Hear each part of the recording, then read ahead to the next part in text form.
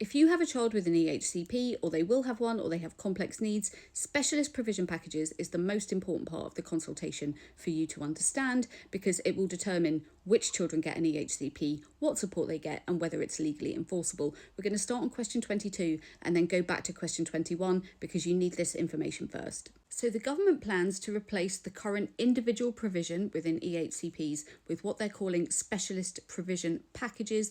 They call them comprehensive evidence-based packages of support. What they actually are predetermined and price-capped packages of provision that will decide what your child gets and whether they're entitled to an EHCP, because only children who qualify for one or more of these packages would have an EHCP under the future system. They are proposing grouping all children with complex needs, the most complex needs, into one of just 7 packages. These are the draft packages. Screenshot it. I've put it all in one page so you can read it easily. Now, we know that children with complex needs are not easily categorised, right? Their needs are often overlapping, multiple issues. And it even says here that children with complex needs, that is every child who's meant to fit into a specialist provision package, may require support from more than one package, which actually highlights the problem. If you need multiple packages, then your needs can't be met by a package. The package system doesn't work and is useless, actually worse than what we have now, actively worse. It's very important to understand these packages will not just dictate the support that your child gets,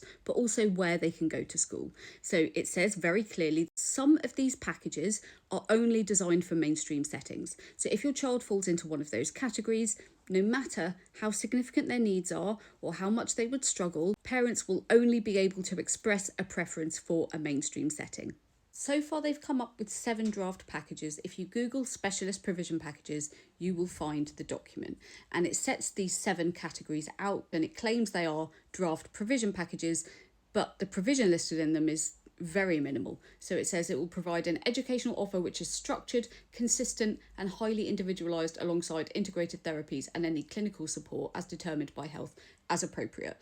That is not a provision package. That is a little bit of a suggestion of what these children might have, and these packages are what will go into an EHCP in the future.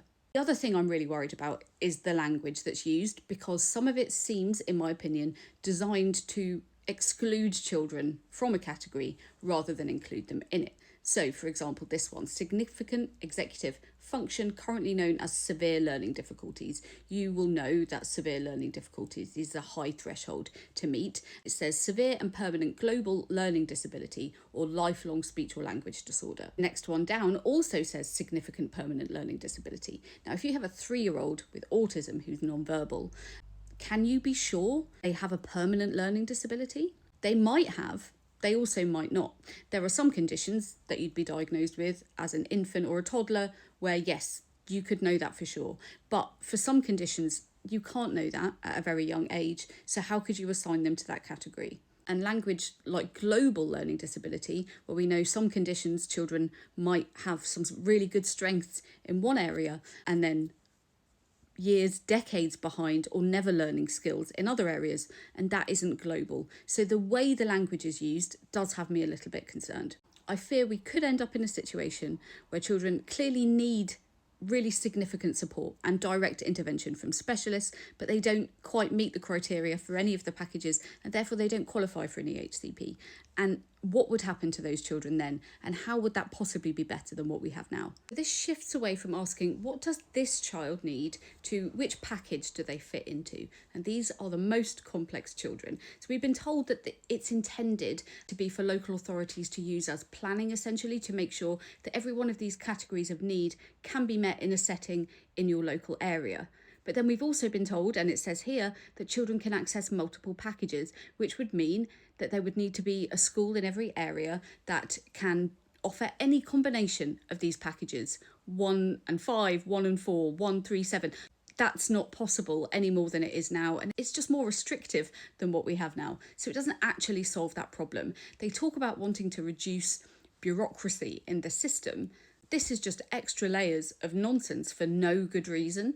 So question 22, how can specialist provision packages be designed to effectively support the main types of need we currently recognise? I don't believe they can. And again, I really feel like this question is wrong. It should be, can specialist provision packages be designed to effectively support the main terms of need?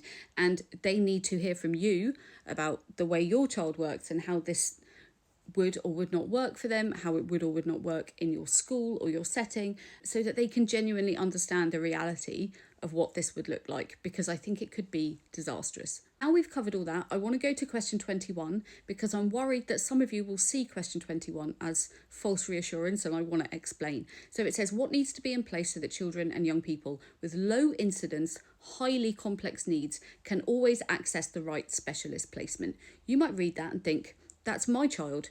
There aren't many kids with their needs and they're very complex, but this will not apply to almost any of your children.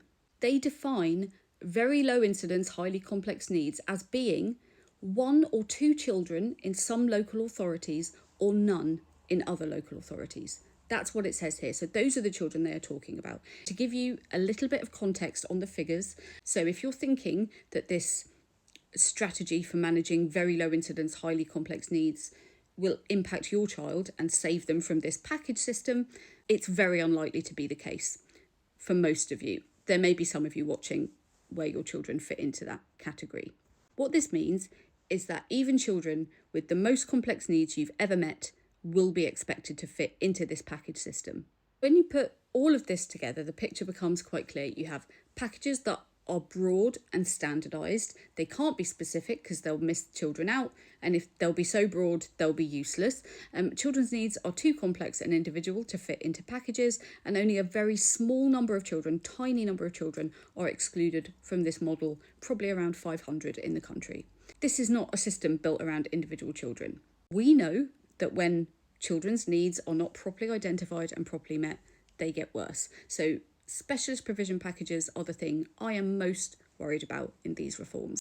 In my next video, we will look at questions 23 to 25, which are on the same topic, but they are about how specialist provision packages will change EHCPs and fundamentally change the legal rights of what your child is entitled to. So follow along to make sure you see that when it comes. And if you've missed any previous parts of this, you can find all of them in a single playlist in order on my YouTube. The link is in my bio.